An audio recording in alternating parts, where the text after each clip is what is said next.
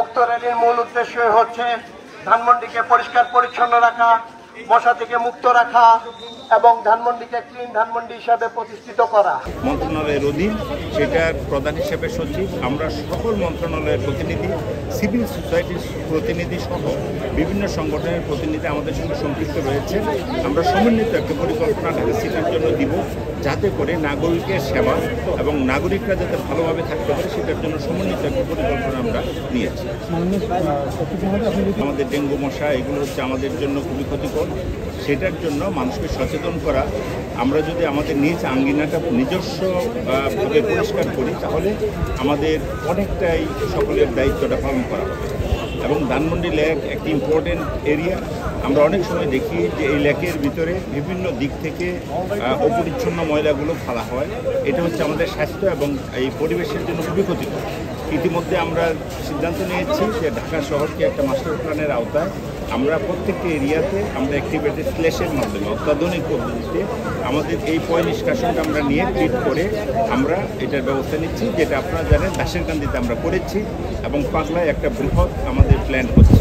এই ধানমন্ডি এরিয়া আমাদের ক্যাচমেন্ট এরিয়ায় রয়েছে একটা মাস্টার প্ল্যানের আওতায়।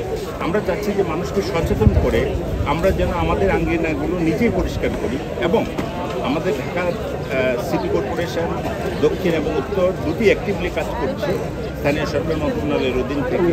আমরা চাচ্ছি যে সকলকে নিয়ে একটা পরিচ্ছন্ন নগরী, যেখানে কোনো ধরনের ময়লা, আমাদের কোনো ধরনের অপরিচ্ছন্নতা থাকবে না, সেটা হচ্ছে আমাদের মূল লক্ষ্য। দেশ জুড়ে তোলপা ওয়ালটন ফ্রিজ কিনে আপনিও হয়ে যেতে পারেন মিলেনিয়ার। একটি র্যালি অনুষ্ঠিত হচ্ছে।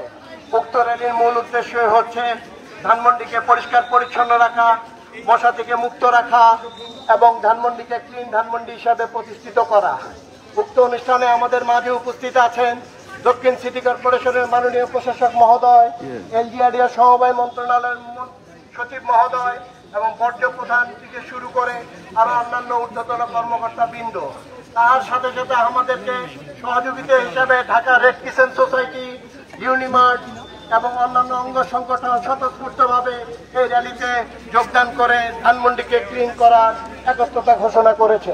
কোনো মিছিল না, এটা হচ্ছে একটা সচেতনতা অ্যাওয়ারনেস ক্যাম্পেইন চলতেছে। মশক নিধন, পরিষ্কার পরিচ্ছন্নতা, এগুলো নিয়ে আমরা একটা ক্যাম্পেইন করতেছি 2 ঘন্টা ধরে। এই